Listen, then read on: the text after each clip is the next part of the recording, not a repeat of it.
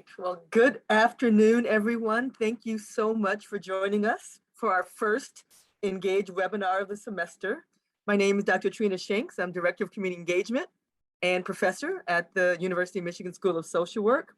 I use the pronoun she, her, hers. I'm a person wearing glasses. I have short curly hair. I have a black pattern dress on today. And a note about accessibility, if you hit CC or show subtitle at the bottom of the screen, it will activate captions. And then you can toggle also in the upper right-hand corner between gallery and speaker view, where you can see both the PowerPoint slide and just the person who's talking, if that is easier for you to focus in. And actually, I'm excited about our session today. We're exploring the movement and the need for BIPOC history, Black, Indigenous, people of color history, to be taught in the K-12 curriculum. And so next slide, please. Before we get started, I'd like to take a moment to give a brief land and labor acknowledgement. Engage is aware that we function within a society that has a deep history of exploitation, stealing both land and labor that has affected and shaped our Indigenous and Black communities for generations. We're committed to acknowledging this in everything we do and to help create a more inclusive tomorrow. So I'd like to pause for a minute to allow you to read our land and labor acknowledgement.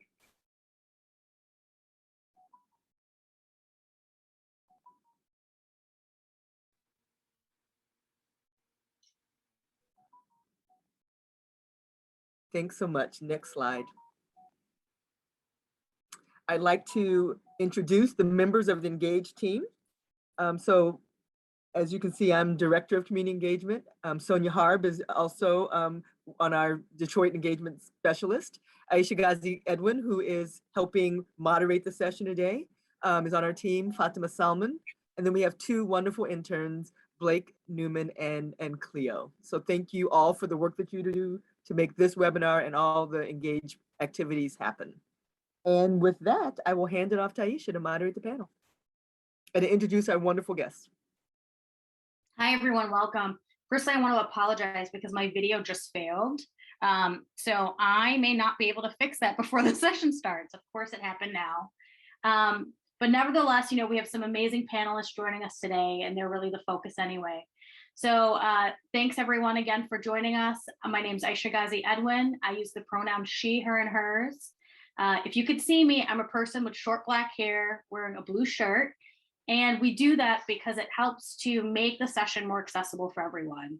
Then the descriptors of each of our panelists and ourselves are in the transcript. So to all of our participants, this is meant to be an interactive session. So please feel free to type any question you may have in the chat, and we'll unmute you and give you the ability to ask the question. So for the purposes of this session, we'll be using the term BIPOC, which refers to Black, Indigenous, and other people of color populations. And as Dr. Shanks described, this is a special session dedicated to exploring the need and movement to integrate BIPOC history in K-12 curriculum. So I just want to mention that, we purposely recruited speakers for this session who represent diverse populations that are often neglected, erased, and left out of mainstream teaching of American history. There are many other BIPOC populations that are left out of American history, and not all of them are represented here today. Our panelists were specifically chosen because they either study or teach American history from a BIPOC lens, or are working to advocate BIPOC history integration into the K-12 curriculum. So at this time, please join me in welcoming our amazing guests. We have State Senator Stephanie Chang, Social Studies, API Studies teacher at Canton High School, Richard Mui, former State Representative Sherry Gay-Dagnogo, and University of Michigan LSA American Culture Professor of Arab American Studies, Dr. Matthew Stiffler.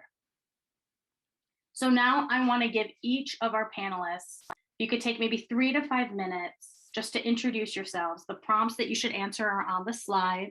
Give your name, your preferred pronoun, some identifiers of what you're wearing so it can be included in our transcript, and then your work on this issue and your current role.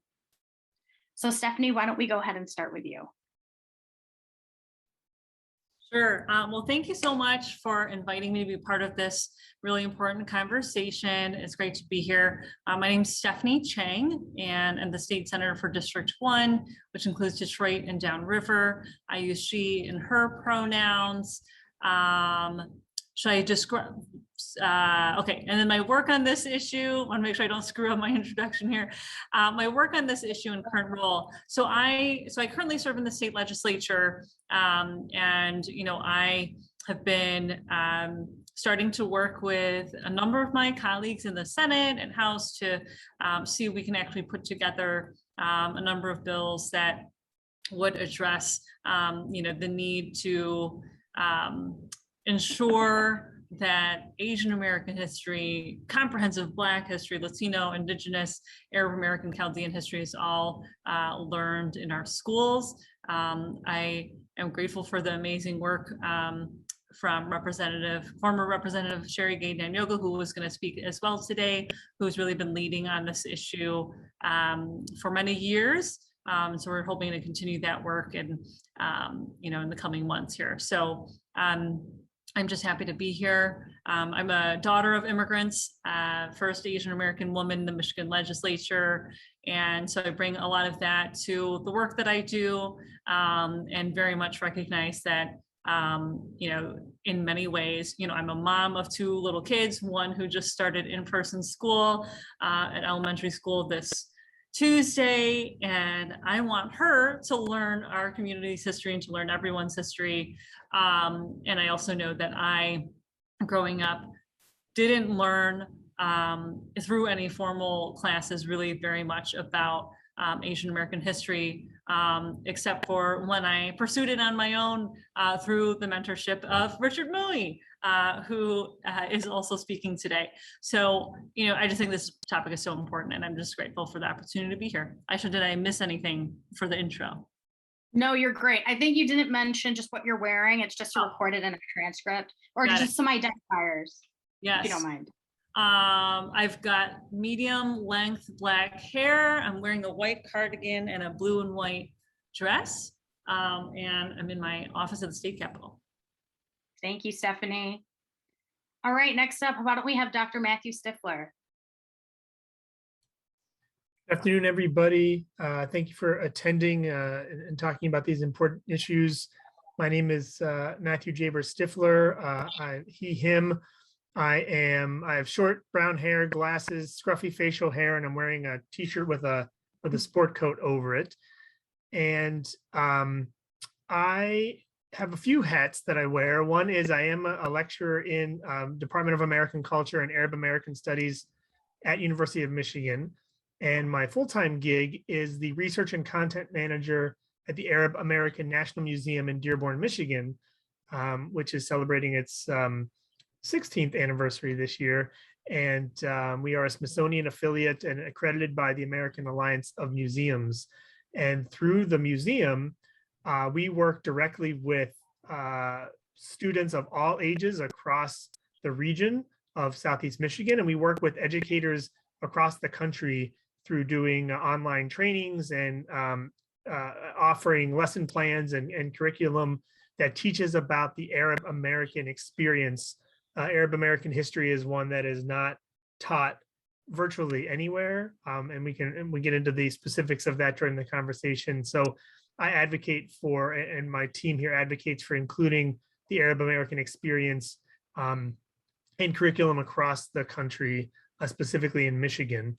And at U of M, I teach Arab American Studies courses to increasingly Arab American students. My classes are about 50 to 60% Arab American, which shows that there is a need and a want for this kind of information and these kinds of classes at U of M. And so happy to talk more about the work that we do with the community.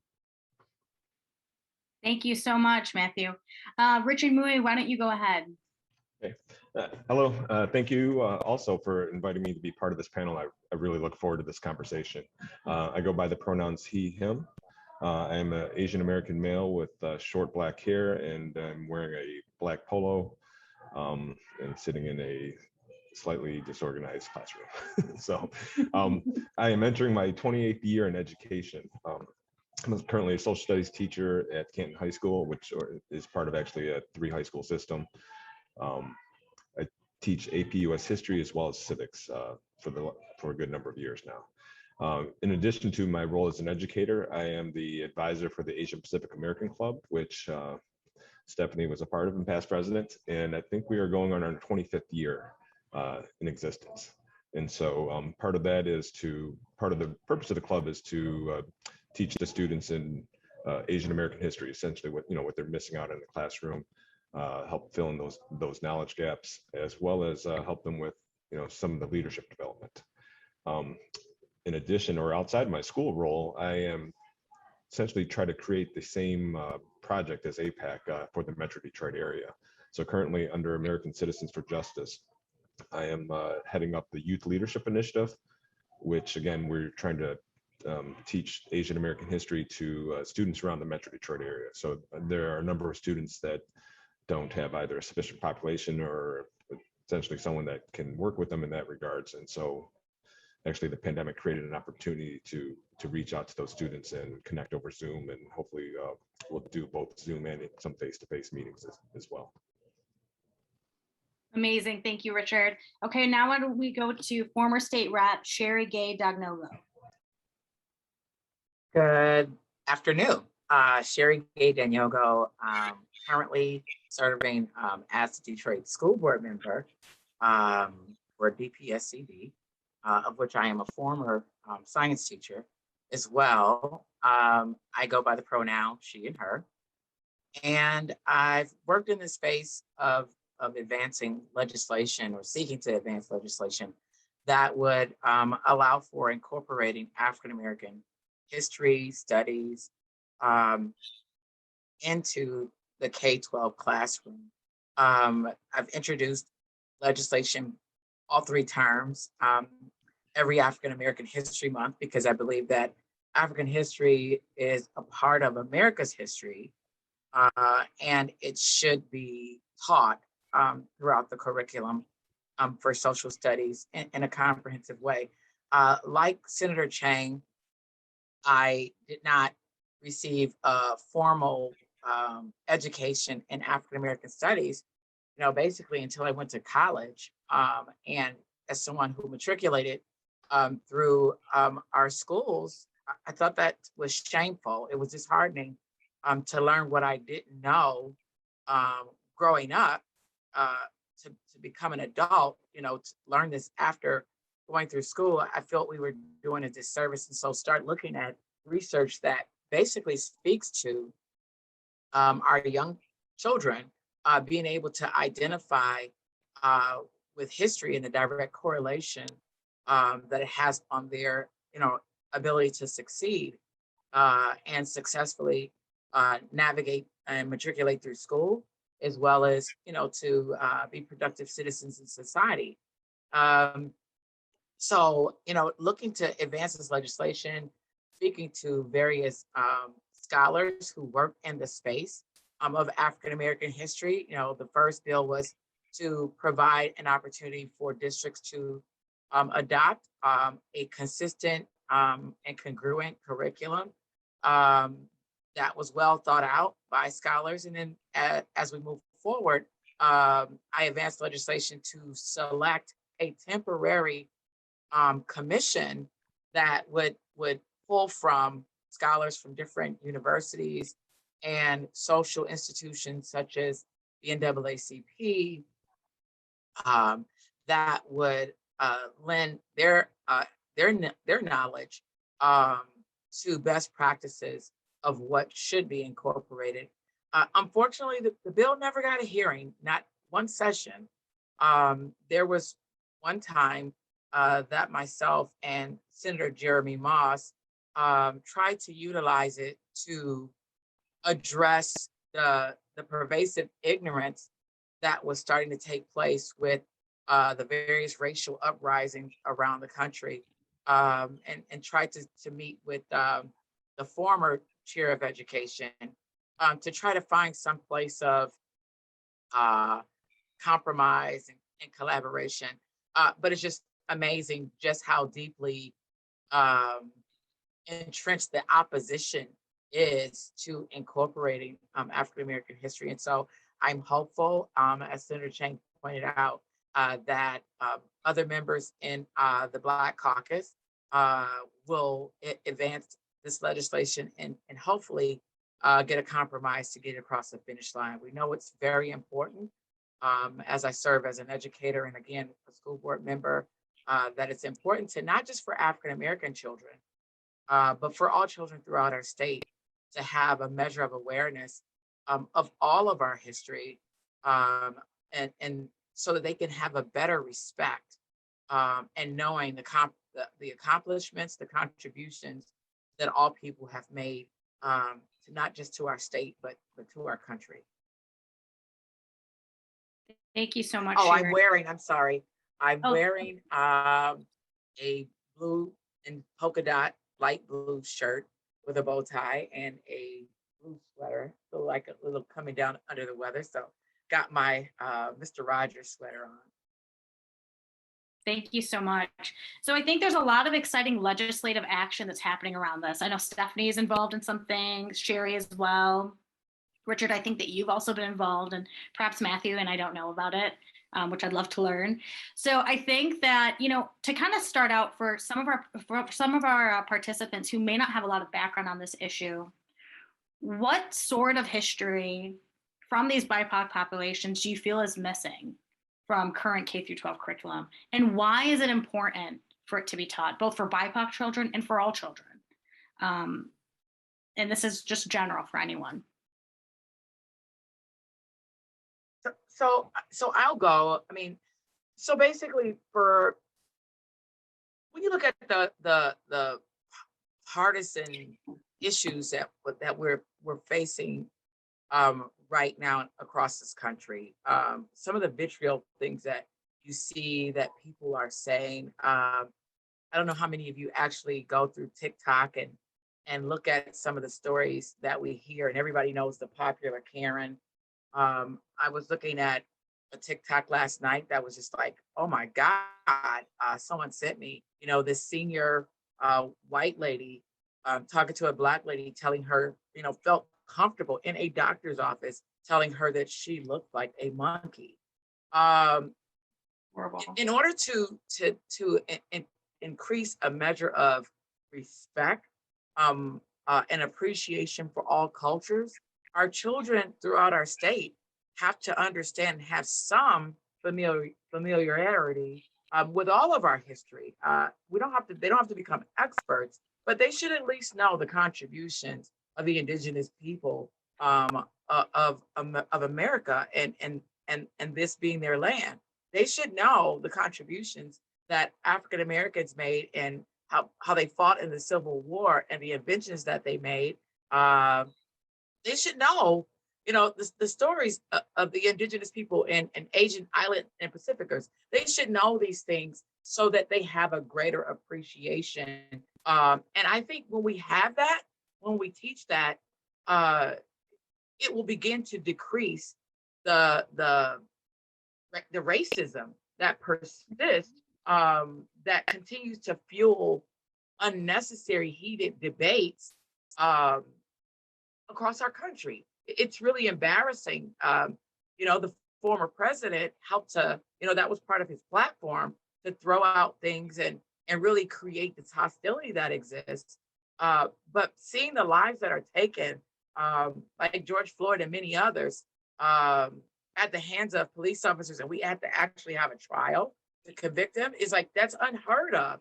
If we create this education and this training at all levels, we'd have a greater level of cultural sensitivity towards each other and embrace our differences as opposed to using them to divide us.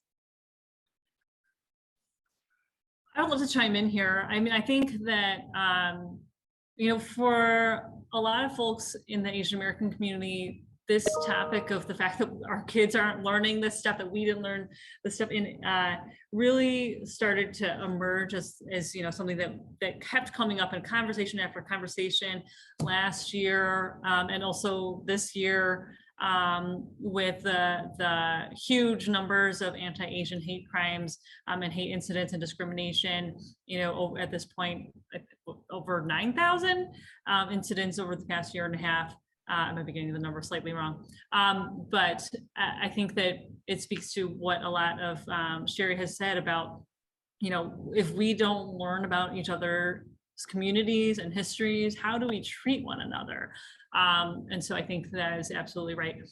Two specific things that I wanted to lift up is, the fact that I learned about Vincent Chin through APAC, the group that Richard Mui talked about earlier, a student group, through reading Helen Zia's book, Asian American Dreams, but that I didn't have the opportunity to learn it in an actual book for school. And Vincent Chin was a man who was murdered in a vicious hate crime not that long ago, right here in Michigan. But many of our kids are not learning that history. That's local history, local Michigan history, in terms of Asian American events. And I think, another example is Grace Lee Boggs. So, she was a huge, Chinese American writer, philosopher, activist in Detroit for many years, who lived to the age of 100, who has,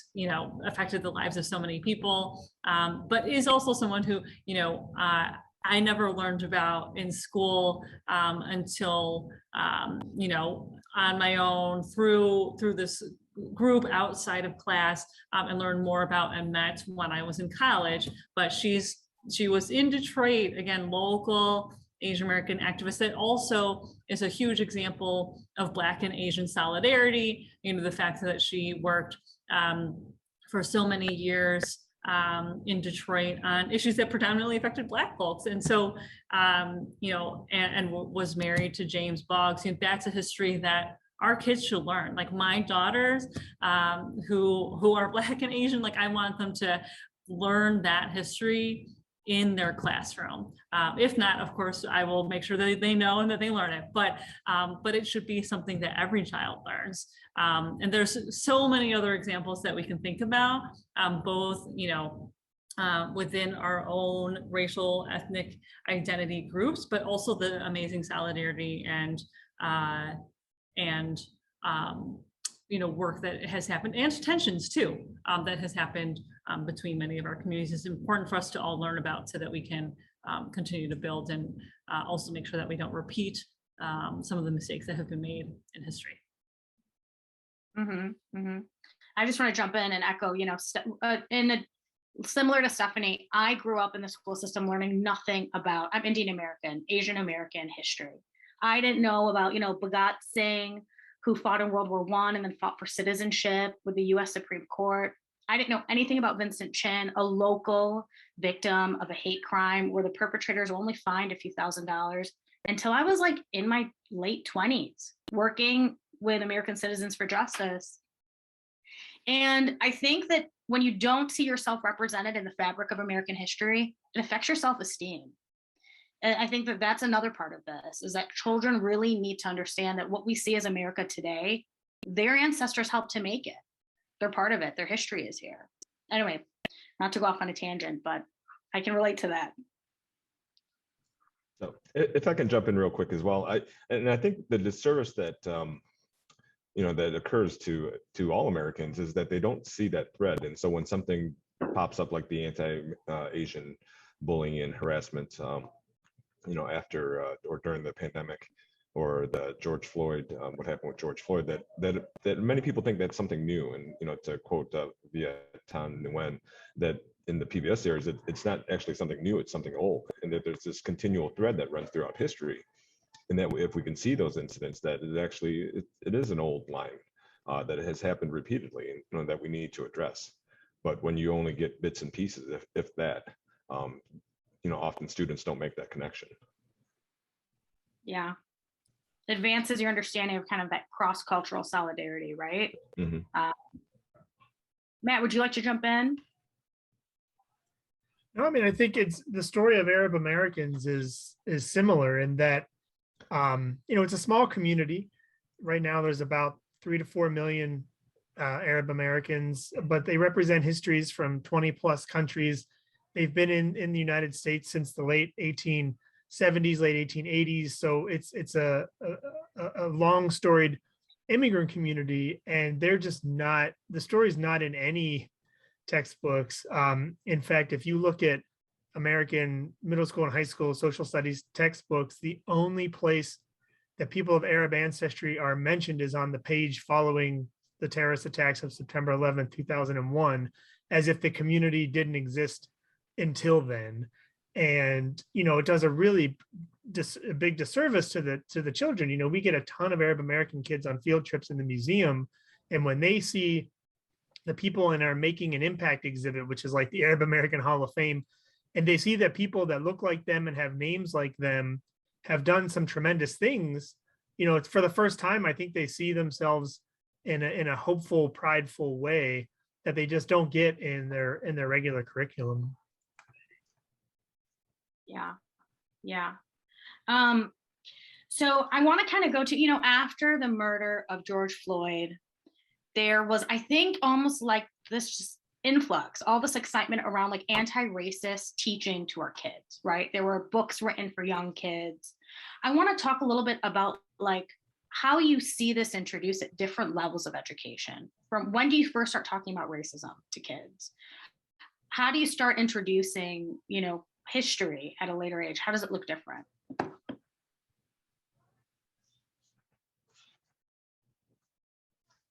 And Richard, I know you actually have experience doing this. You're actually doing this. You're actually teaching a class on Asian American history, which is amazing. I think you can start young. I mean, obviously the depth in which you go will differ, but I mean, for high school students, I think, part of the challenge is to get them to see the interlocking systems in the institutions that work for better, for worse, and help create those kind of conditions. And so, as opposed to looking at incidents as like individual actions, that it really is part of a larger system, political system, economic system, social system that we have. And the rules that are created within those that, will create institutions and that will help shape our behavior for better, for worse. So that's the approach that I try to take in terms of exposing my students to that line of thinking, as well as in the club and, with the Youth Leadership Initiative. And so if we can begin to understand that, and then the question becomes then how do we begin to impact the system? What are points of leverage that we can, in which we can push on and begin to make change? Great.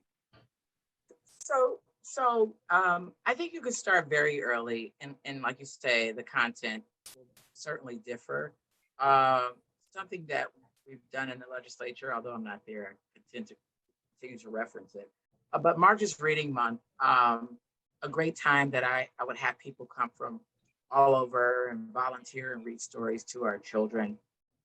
And I select books that were for our elementary students that would basically teach, their history, and then, stories where there's a measure of cultural sensitivity towards other history. And so reading stories is an excellent way to introduce African-American history in any culture, for that matter, to children in a K-5 setting.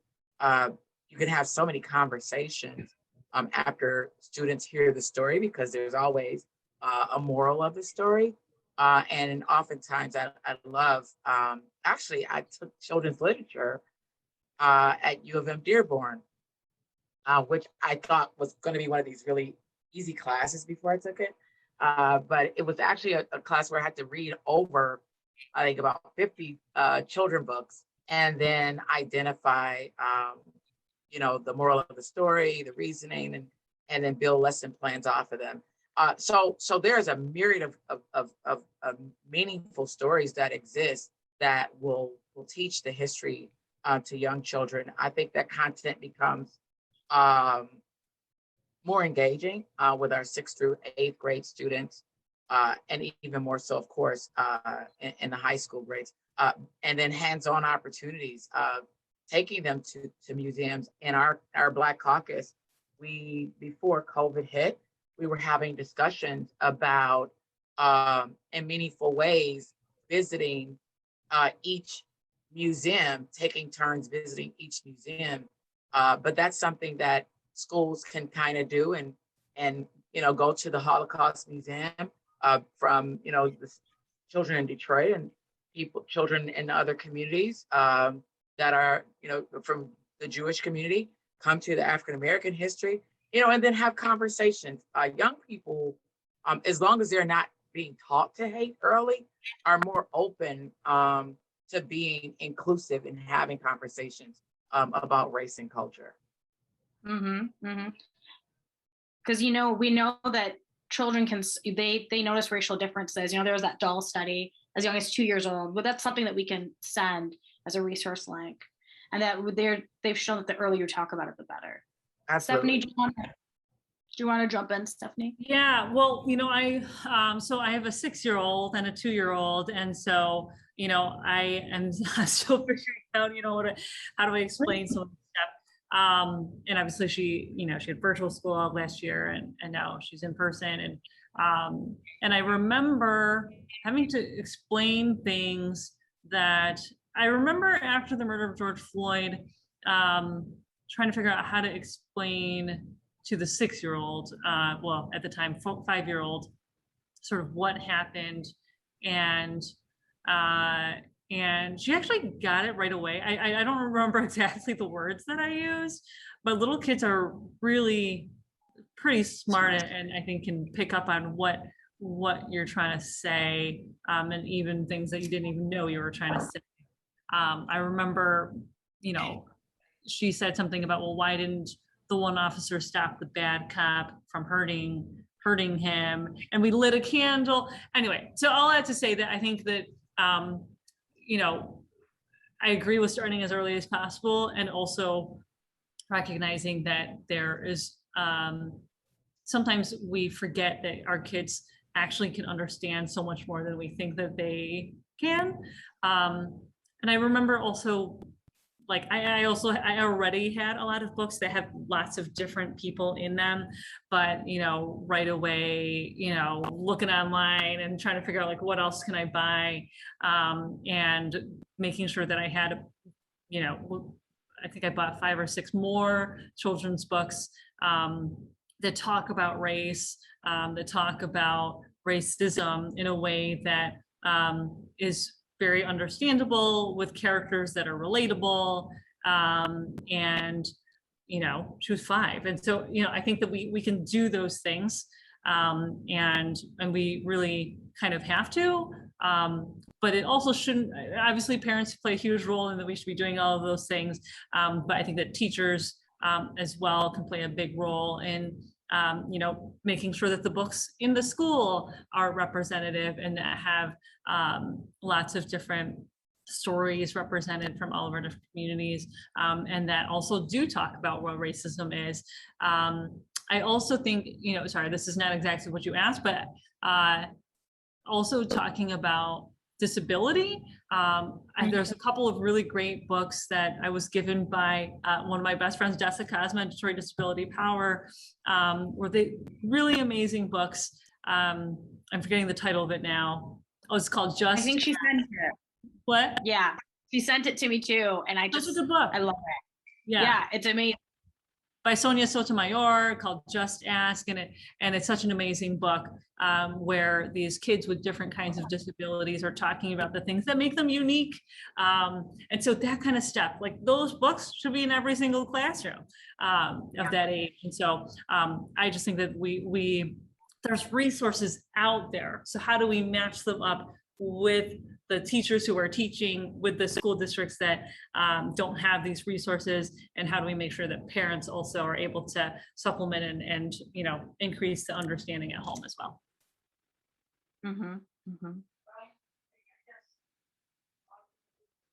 Matthew or Richard, would you guys like to jump in? Richard, go ahead. Oh, no, I was just going to add on to Stephanie's last point. I think that, and that becomes part of the challenge, particularly for educators. So I think even ones that are sympathetic and would like to include more, there's a real need for professional development, I think, to have the knowledge and lesson plans, and how do you approach the topic, and how do you run a conversation. And so for teachers, I mean, that's a big fear, because those sometimes are delicate conversations, and without feeling prepared for them, they'll be reluctant to have that. So I think that's another missing piece in the K-12 system, that we need to teach our teachers how to carry on those conversations in the classroom. And teach our parents how to advocate, right? Yeah. And I guess that kind of leads into my next question. Have there been parent groups that have worked with you guys, like Stephanie, with your development of this recent bill? Are there parent groups that are out there that are getting involved? What advice do you have to parents about how you can approach your teachers and the education system to say, hey, we're not represented?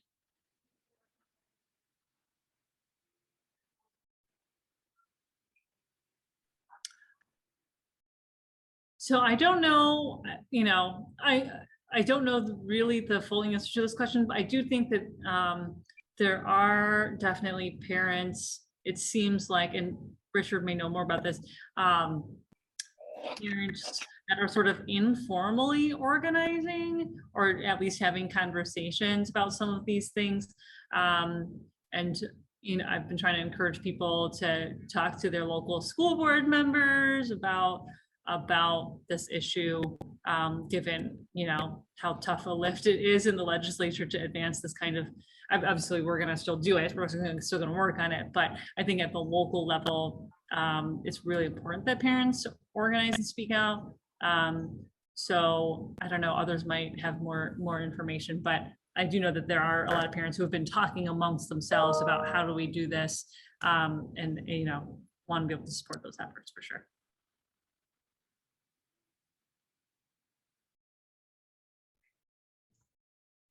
I think that's one of the challenges, that I don't know of really any formal approaches to it, but so there's pockets of, and I think probably lobbying the school, your local school board, but then as well as on the legislature, that would be helpful in other areas. So I think in communities where there's a larger BIPOC population, that would be, they would be more effective. But what I'm concerned about is, are those communities where that doesn't exist, and there might only be a few voices advocating to include other perspectives. And so how do we get it for everybody and not just those few communities? Right. Anyone else want to jump in on this? So in the museum experience, it's not parents that we deal with, it's teachers that come to us and say, hey, we've got lots of Arab Americans in our classes and our curriculum has nothing about their histories. Can you provide us with lesson plans? Can you give us a training? Sometimes it's entire school districts that will come to us and say, hey, we're seeing an increase in Arab students and we really don't know much about their histories. Can you come and talk to our educators? So we get it from just people, teachers advocating for their own students. And it's always great to see, and we're always happy to work with them. Yeah, and to mention a comment that Dr. Trina Chang said earlier, that sort of education can really help to fight misinformation and these agendas that are even happening right now. Like, I know that there's several conservative states that are seeking to ban the country's kind of teaching of the history of slavery and critical race theory. And without understanding that, how do we have a comprehensive understanding of what's currently happening, right? You can't. So yeah, I think educating the educators is so important, and starting early is so important. So I want to go to a comment in the chat by Adisa Cheney. I'm going to try to unmute Adisa. I'm sorry if I'm mispronouncing your name, so that you can go ahead and make your comment or your question. You said it right the first time. It's Adisa. Hey, everybody. Let me see if I can get my camera on here. All right. Good to see y'all. Thanks for acknowledging my comment. And so I've sat in on conversations like this before. I applaud the trend and the approach and just having the conversation. That said, when I consider the history of education in this country, some of this stuff could be framed within sort of a conversation that we're getting better, right? We're improving. But, you know, when you guys, I'm speaking to a lot of educators here, right? And so I assume you guys have some sort of sense of American history, right? So with American history, as it relates to the educational system as a backdrop of this conversation, it seems to me we ought to consider the history and the historic context, right? The tendency to socialize children through the mass educational system. Any public or even private educational system would suggest us considering this historic record. So how do you reconcile the purpose that education has served historically to frame the citizenry with your efforts to credit and give more credence and acknowledgement of the rich diversity and contributions in this country? Can we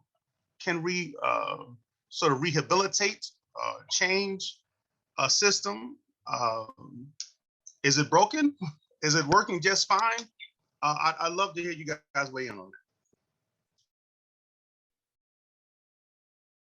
So from my perspective, I'll jump in on that. And I think it was a very rich question. Probably needs to be broken into pieces, but I'll attempt. For one, yes, the system is broken. You know, that's the whole essence of all of the pushback that we've seen across the country with critical race theory, and the inability for various individuals across this country to separate themselves from the systemic racism that is a part of social institutions and the social construct that you brought forward. I mean, it's evident in the data with redlining that existed and continues to persist with respect to mortgages, business loans, auto insurance, the systemic challenges that women of color, and more specifically African-American women, and the rate at which they die just delivering a baby because of the doctor's misunderstanding or the lack of knowledge of African-Americans, or thinking that we somehow are stronger and can handle more pain than anyone else. Yes, we are very resilient people, but we've often been ignored in hospital rooms because of their perception or misinformation about our biology. So you can, I understand being a former EPS teacher, what the purpose of education is, but if the social contract is broken, and it is, we have to then educate children by any means necessary to make sure that they understand that the system has not treated you fairly. The system has not been equal. The race, the marathon, has not had the same starting line. So we have to change that by teaching what the flaws are in the systems, in the court systems, police accountability that you just recently heard pushback on in Michigan. The Voting Rights Act and our inability to make our vote count, not just in the South, but now in Michigan, when you see folks pushing back against the ability for citizens to vote on policies that could improve our lives locally. So you got to teach about the systemic racism, get a better understanding of the critical race theory and why it's important, why the scholars who have examined this for years through data have noted what the inequalities are. And until we do that, just simply telling a great story of what the contributions have been won't change our overall outcomes, but it's a start. And any change worth having starts somewhere. So am I okay with reading cultural history to children in K-5 setting to give them a better sense of pride of who they are as African-American children? But I also have to fight and advocate for legislation to be passed to fix the system, not just to teach African-American history, but to level the playing field with respect to banking, police accountability, the rates of incarceration, and I could go on and on and on.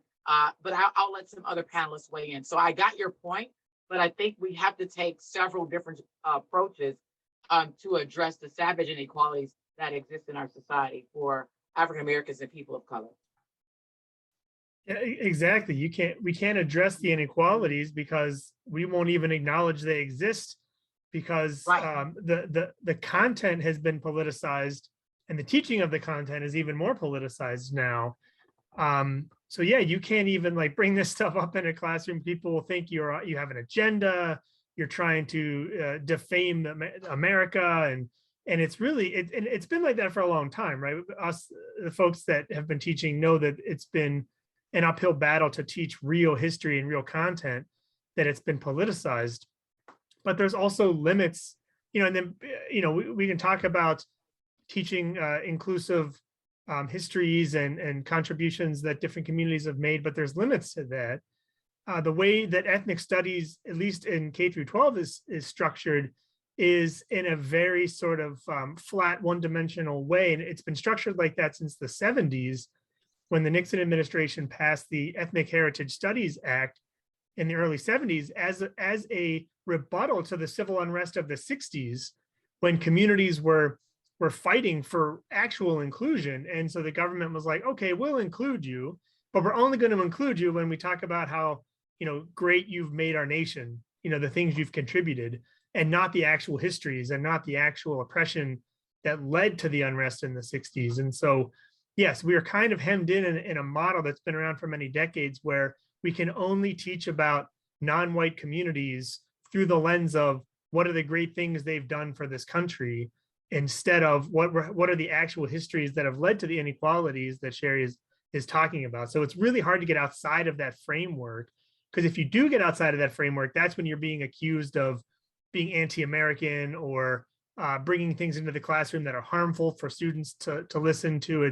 It's a really difficult position to be in right now.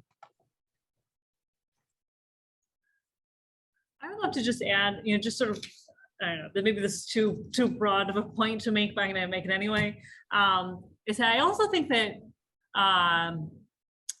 we just overall, we need our children to become critical thinkers, so that no matter what kinds of information they're getting and what they're reading, that they are able to read it, find other sources, figure out what does this mean, what did the, do the critical thinking, what was the author's point of view, how does this compare with this other thing that I read, because I mean, I could think that like very clearly right now we are seeing the ramification. I mean, now I'm making it probably too broad, but just in thinking about some of the COVID stuff that we're dealing with and people taking horse dewormer, I'm like, clearly we have an issue with people not taking information, receiving it, and critically thinking about it and figuring out, does this make sense? How does it match up with other things? What is this study? Where did this study come from? Who funded this?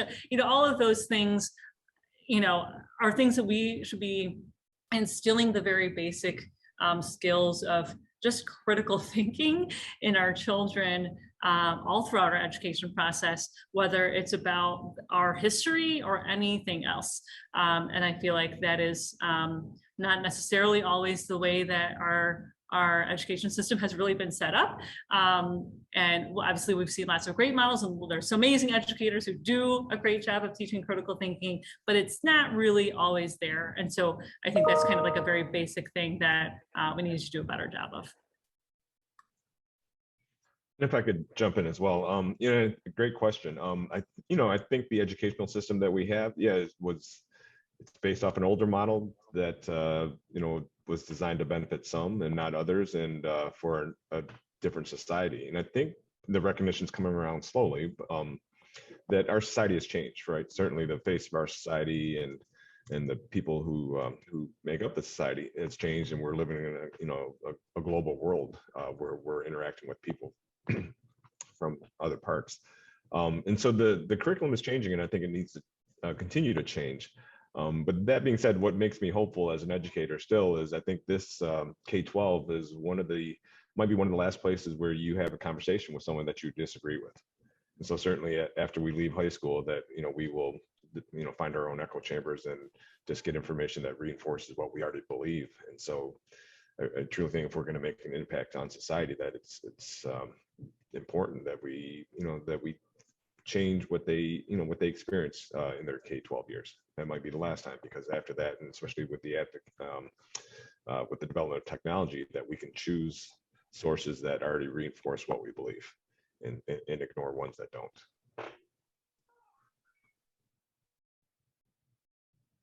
Anyone else want to jump in on this question, which was such a great question? I think you guys just touched on so many great things, talking about how nationalism is kind of an epidemic, right? And even being able to, and what school is about is giving our children the ability to be critical thinkers and to question, is this kind of a nationalistic interpretation of history that I'm being taught? How do I counter that? So also, Matt, I want to uplift the point that you said that whenever there's these kind of movements for social change, there's legislative kind of backlashes that try to fit people into basically like a model minority, right? Say, yeah, that's great, Black Lives Matter. We're not going to talk about slavery in schools, what we see happening now. So saying that, and we're experiencing one of these legislative backlashes, I want to talk a little bit about, Stephanie, your work in mirroring the TEACH Act. Could you talk to us a little bit about what was the TEACH Act in Illinois? What's happening in Michigan, and anyone else feel free to jump in on this as well, if you're part of this work. Sure. So, kudos to our fellow Midwest state across the lake, Illinois. They passed the TEACH Act this year, and it basically ensures that every student is going to learn Asian American history. And it's a 1 unit of instruction in age and grade appropriate instruction concerning Asian American history. And so it basically covers individual contributions of Asian Americans in various fields, the history of Asian Americans in Illinois and the Midwest, the contributions of Asian Americans towards advancing civil rights, and then states that the superintendent will make available materials that can be used to teach this content. And so in Michigan, what we're doing right now is basically sort of modeling after what they did in Illinois and creating 4 different bills, one for Asian Americans, Arab and Chaldean, Indigenous and Latino, and then there's already a bill that one of my colleagues has around Black history that basically would be a way to sort of introduce this concept and be able to sort of push this idea in the legislature. Right now we're in the phase of, we've got some drafts and we're working on revising them, and obviously want to check in with folks and make sure that this is what is that we're doing it right, and that it'll be what's helpful. And then once we get that introduced, we definitely want to make sure to keep you all up to date on what happens with it. But as former Representative Gay-Dagnogo knows, this is sort of an area that is just like a huge uphill battle in a Republican legislature. So we'll need your help, and this will be a long-term effort.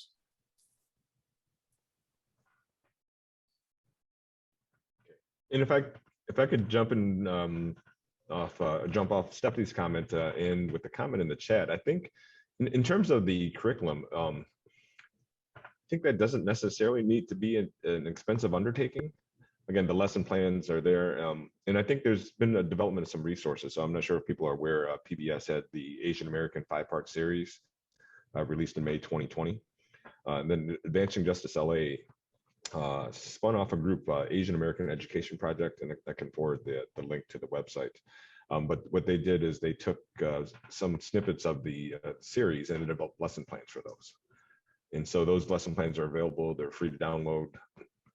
They have the clips on the website that teachers can use. I think now it's a matter of publicizing that information and making it available to teachers, and teaching teachers how to use that and incorporate that into the curriculum. So certainly, purchasing books and more updated textbooks would be helpful, but I think there's things that we can do immediately to help make that available. That's great. Please do send it along. And I see, Matthew, you also sent some resources in the chat. So I'm going to compile those and we'll send them out to our participants. And we'll also link it with this video so it's available online to anyone who wants to check in. Sherry or anyone else, does anyone want to jump into that question, kind of the legislative work that's going on around trying to combat, lack of representation in history and in curriculum? Well, I'm no longer there, but what I will say, I think you mentioned a few comments back that there seemed to be a lot of willingness, I'm paraphrasing, right after George Floyd and other incidents to do something, whether in a bipartisan or nonpartisan way. We did have a conversation before the end of the last legislative session with a number of my Republican colleagues and the speaker at that time about I would say 8 to 10 members of the Detroit and Black Caucus. And we just had a very frank dialogue around what it means to experience this, what it means to have to walk in the Capitol with people who are brandishing weapons, what it means to have to walk in the Capitol feeling like you need security, or someone hanging a noose on the Capitol lawn. There seemed to be at that moment a willing to have the dialogue around ways that we could prove, removing this hostility and issue of race. But it was very short-lived. And it's always an incident that occurs that kind of, catapults people into saying, oh yeah, we don't think that's right. We want to do something. But then very soon it goes back to politics as usual. And this, I don't want to take the conversation somewhere else, but this is one of the issues that we have from term limits. It always put people in this place of where they're always campaigning and running every 2 years for a seat. And so, unfortunately, a lot of our members speak to their base and they campaign to their base. And so if in the UP, and I have colleagues on the Dem side in the UP, but so I won't target one particular area, but if there's some places that are more Republican dominated, and then they also, the race conversation, it's more beneficial for the representative or senator in that area to speak racial bigotry, then that's what they do. And it's unfortunate that is a reality. And so what I'd like to see is the business community that has weighed in on legislation with respect to auto insurance. They've weighed in on legislation on the bailout of alleged bailout, because they didn't give enough money for what they owe, to DPS. And they weigh in on a number of areas in legislation. They weighed in on a charter of Detroit when they shouldn't have. But if we get the business community to weigh in on systemic racism, that's a topic they should have at Mackinac. Are they brave enough and willing enough to tackle that and then push back collectively so that we can improve our state? And that's what actually has to happen, because a bill can be introduced, but if there's no willingness to give that bill a hearing or take it up for fear of them being perceived the wrong way in their respective districts, the legislation's not going anywhere. And that's just a reality. Thanks so much, Sherry. Anyone else want to jump into this question? And if not, or Stephanie, you want to go ahead? I'm not sure where this fits, but I'm just going to bring it up because I do think just in terms of what's going on in the legislature, you know, in addition to pushing legislation around teaching various topics, we also have, you know, numerous bills that have tried to make certain days official days as a way to be, so Juneteenth or Korematsu Day, or I can't think of, there's a whole bunch of different, you know, where we're trying to be able to make those official state recognized holidays as a way to be able to, you know, basically bring about more awareness around a certain part of our history. And I just bring that up because I think that particularly for Korematsu Day, it's a way that, you know, we try to be able to advance talking about Japanese American internment and the fact that Korematsu was a civil rights hero, and that he's actually got some Michigan connections and that sort of thing. And so I just raised that because even those bills have also not gone really anywhere. And so I think that's just another example of, you know, just the kind of the challenges that there are around these issues. So I guess I want to, you know, close. I mean, again, audience, please feel free to put any questions you may have in the chat, but kind of just closing with saying, what can we do? Well, how can we support these bills? What else? How else can we support these initiatives and efforts happening as constituents? I mean, I definitely think that, you know, at the local level, for parents to talk to one another, to talk to teachers, to talk to school board members and superintendents about trying to push for more inclusive history teaching, but also as we get bills introduced, or in some cases reintroduced, you know, for you to actually contact your own lawmaker and say, you know, this is something that I support. This is why, this is how it would make a difference for my own children or my community, and be able to actually express your support. That hearing from people in our districts on issues like this and any other, you know, really makes a huge difference. And so would encourage you to definitely, even before bills are introduced, to say, you know, this is something that we would like to support. What is your position? That would be amazing and super helpful.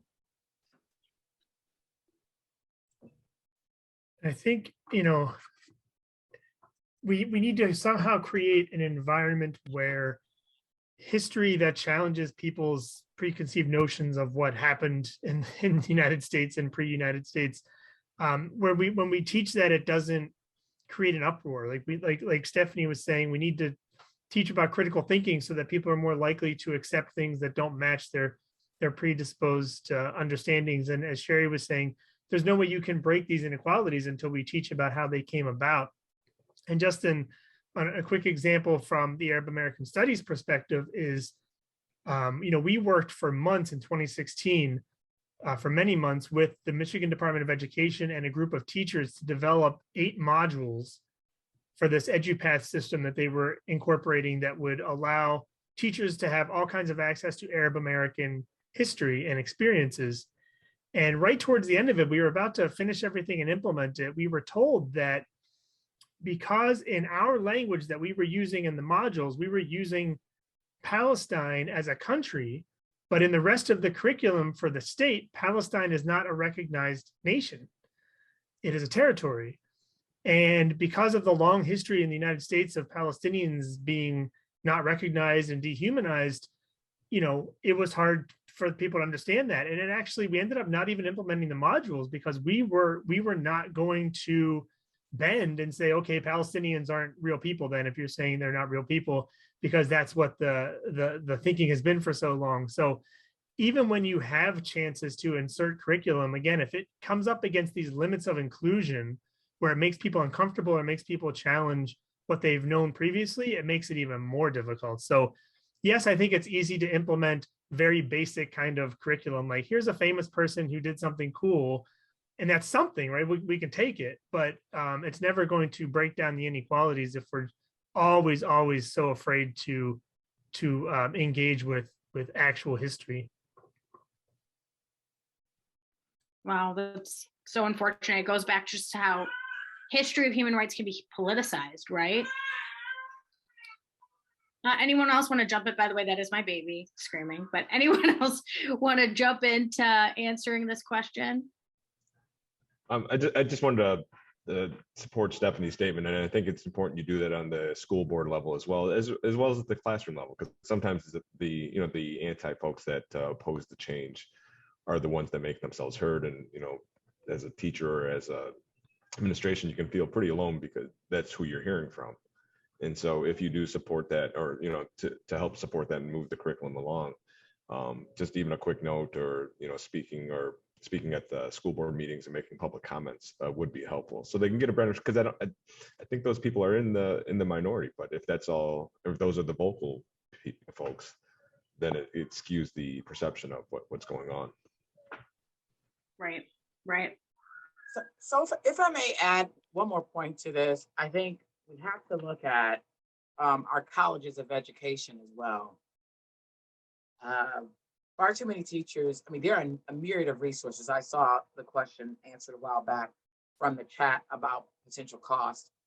There are so many resources. I think Matt might have lifted that up, that are available through museums, online, curriculums that are already built.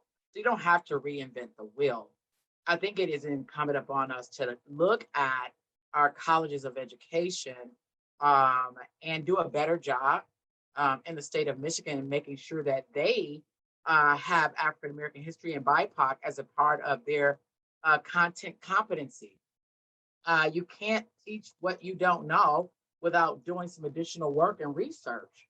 And so I don't know, Steph, if that's a part of the Teach Act, but there's a responsibility on our scholarly institutions to make sure that teachers that come out with their teaching certifications have a measure of understanding of cultural history and how to incorporate it, not just in a history class, but in the arts, and music and science, in every class. I believe in teaching content across curriculums, not just having a specified African American history class.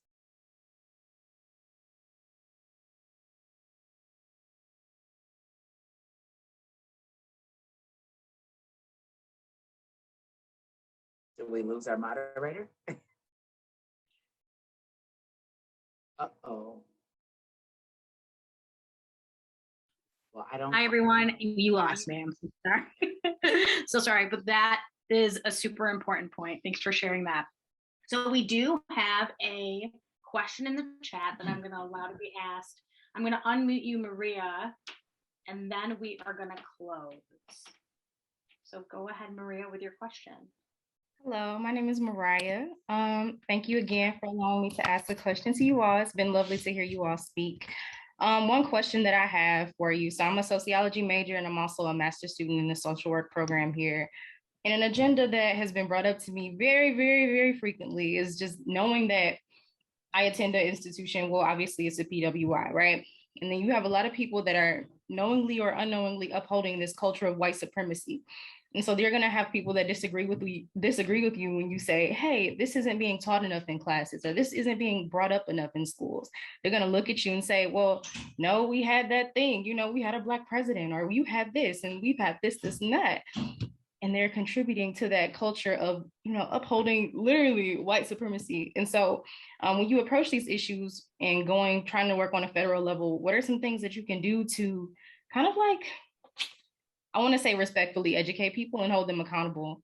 I think that it's something that doesn't really happen frequently. We're always like, oh yeah, educate yourself and do this. But how do we truly hold people accountable to making sure that this issue is seen as something that's important?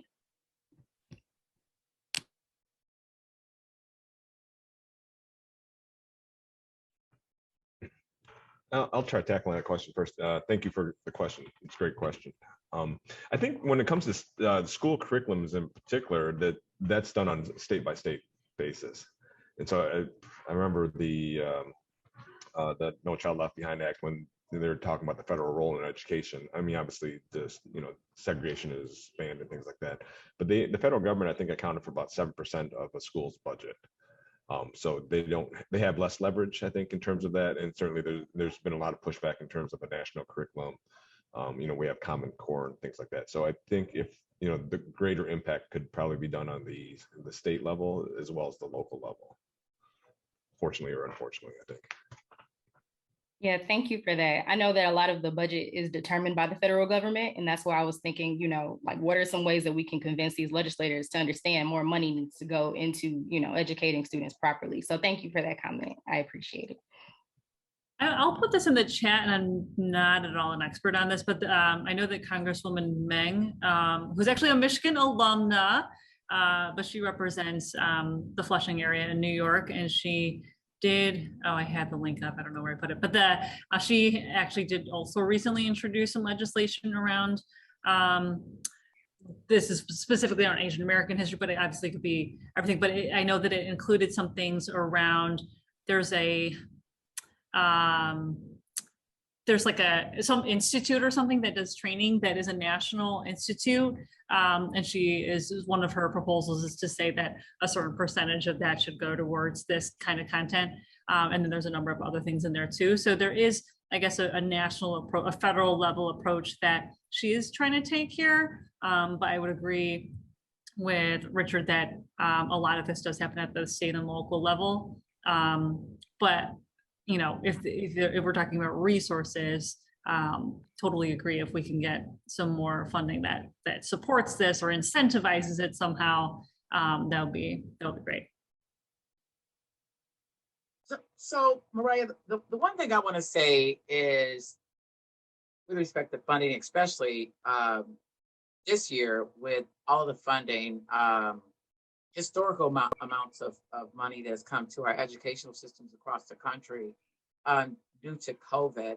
And I think even the research that our Lieutenant Governor led with respect to the disproportionate impact on African Americans with respect to COVID and the rates of comorbidity. I think, so there's a lot of money in education already, and I don't want the conversation or the thought to be that we can't properly incorporate it because we don't have enough money. I push back on that notion. I know that's not what you're saying, but I don't want that to ever be the argument, because we have funding to address.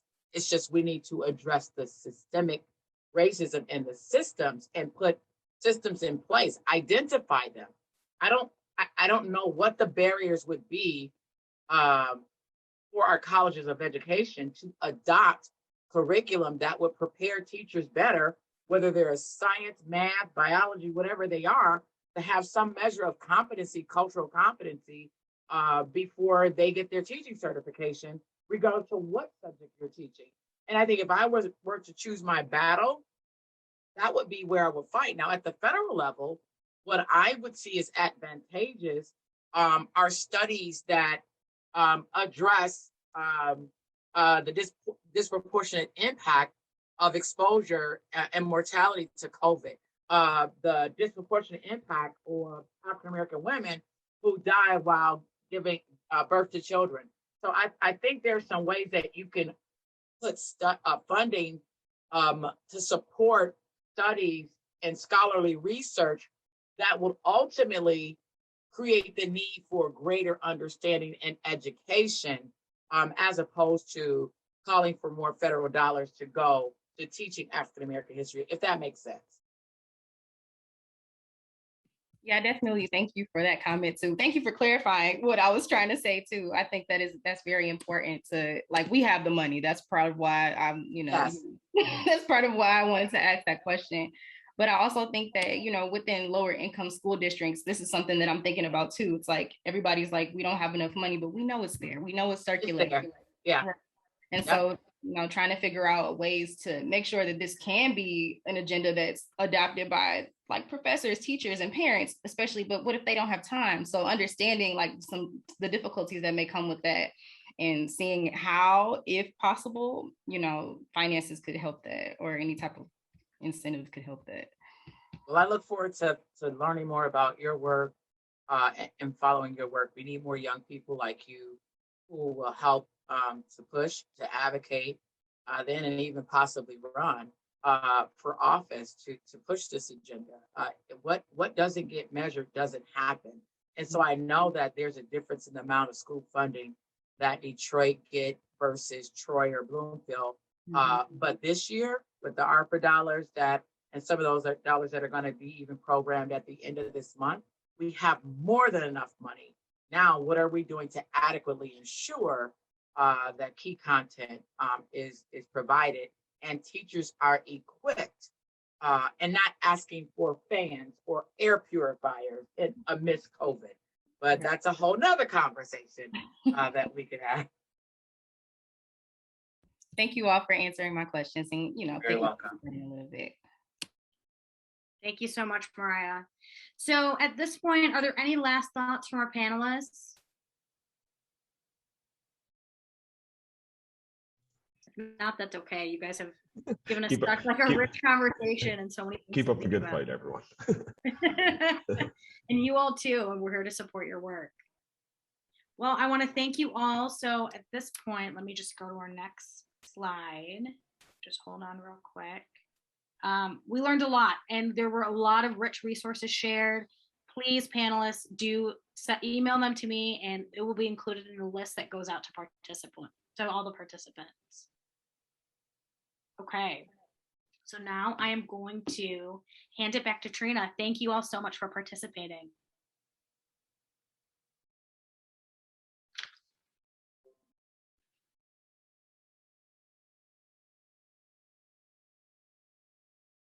I think we may have lost Trina, which is okay. I can do some of this closing. So if you want to see some of our past virtual discussions, the link is on the slide. We'll send it in the chat. This discussion will also be posted there along with the list of resources that was shared during this presentation. You can get field credits for this session. You'll have to check with the field office. Our next virtual discussion is coming up on Thursday, September 23rd, 12 p.m. Faith in Action, the Power of Working Together.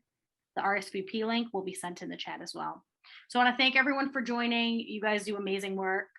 We're here to support it, and please do share those resources. Thanks, everyone. Have a great day.